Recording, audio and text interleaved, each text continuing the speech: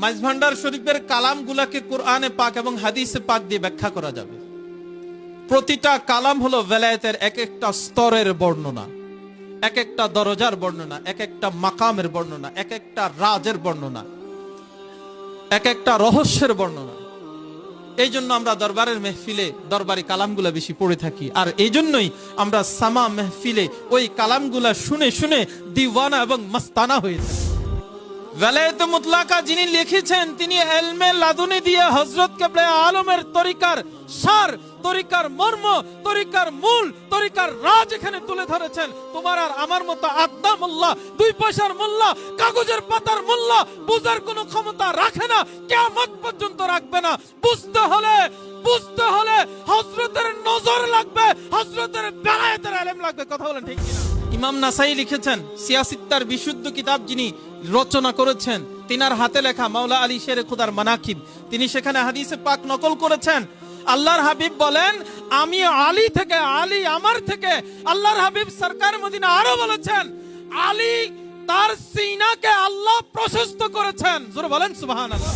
আমার নবীর নবুয়তকে স্বীকার করার মাঝে যেমন সকল নবীর নবুয়ত, আমার নবী যেমন শ্রেষ্ঠ, নবীর উম্মতের মাঝে ভেলায়েতের মাকামে মাওলা আলী শের খুদা तमाम নবীদের উম্মতের মাঝে মাওলা কায়নাত তেমন শ্রেষ্ঠ।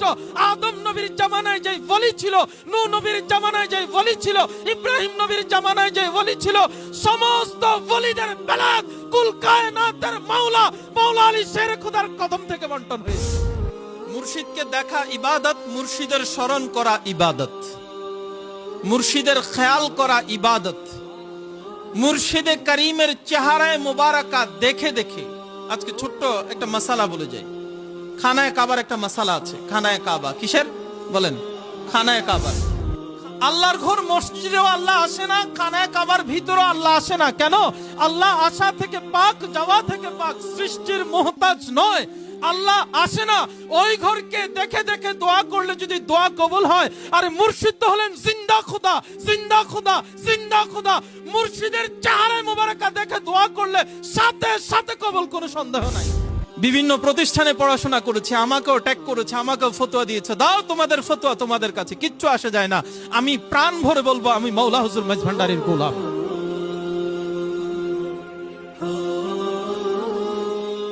পাক কোরআনে মাজিদ ফুরকানে হামিদের মাঝে স্পষ্ট বয়ান করেছেন।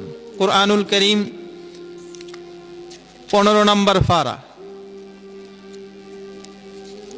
18 নম্বর 18 নম্বর সূরা। কত নম্বর সূরা বলেন? 18 নম্বর সূরা।